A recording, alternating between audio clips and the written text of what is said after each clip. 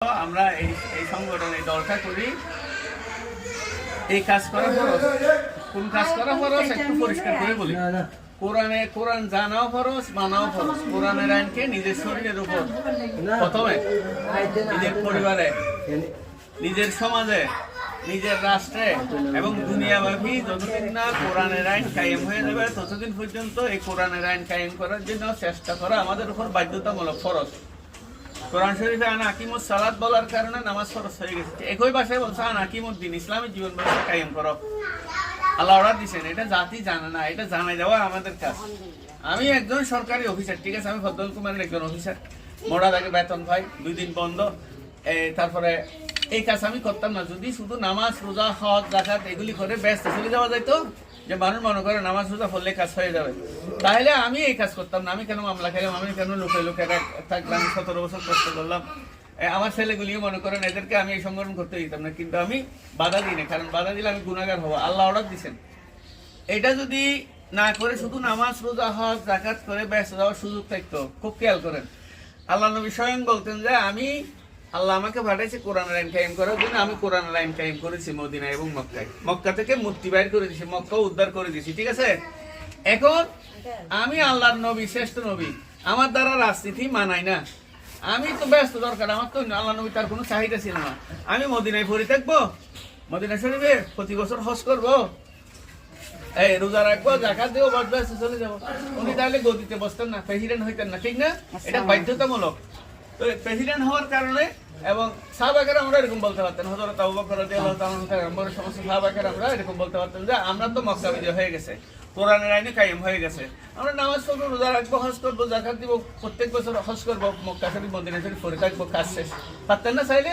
তাইলে ওনারা কেন শহীদ হলেন, ওনারা কেন মানে ওন্ডেড হলেন, যুদ্ধ করলেন?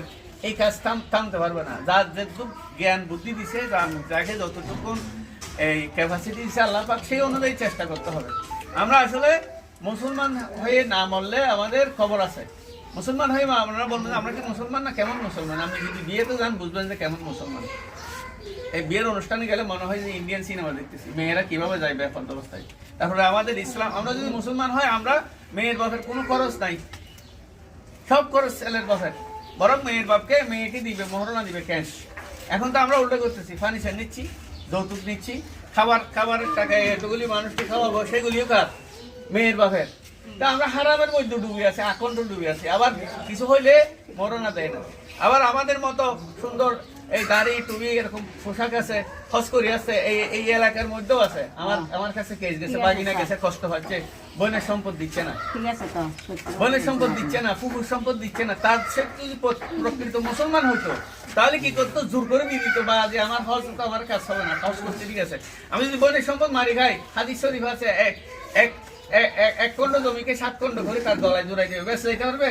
কোনো হজে কাজ হবে না। খাওয়াজ করেন, ঠিক আছে, কিন্তু আগেগুলি দিয়ে দেন, মানুষের হজ দিয়ে দেন। হারাম খায় না এরকম কয়জন আছে? সরকারি মানুষ যারা প্রশাসনে আছে, আমরা আছি, আমাদের মধ্যে হারাম খায় না এরকম 5% মানুষ আছে। তাহলে আমরা যদি মুসলমান হইতাম তাহলে তো এগুলো হইতো না, ঠিক না? আমার বাপকে দেখছি আমরা, তারা আল্লাহকে ভয় করতো। আমার ফুফুকে আমি জোর করি তার মানে তরকার জমিনের টাকাগুলি দিয়ে ফেলছে, জমিগুলি একর হয়েছে, জোর করে দিয়ে দিছে।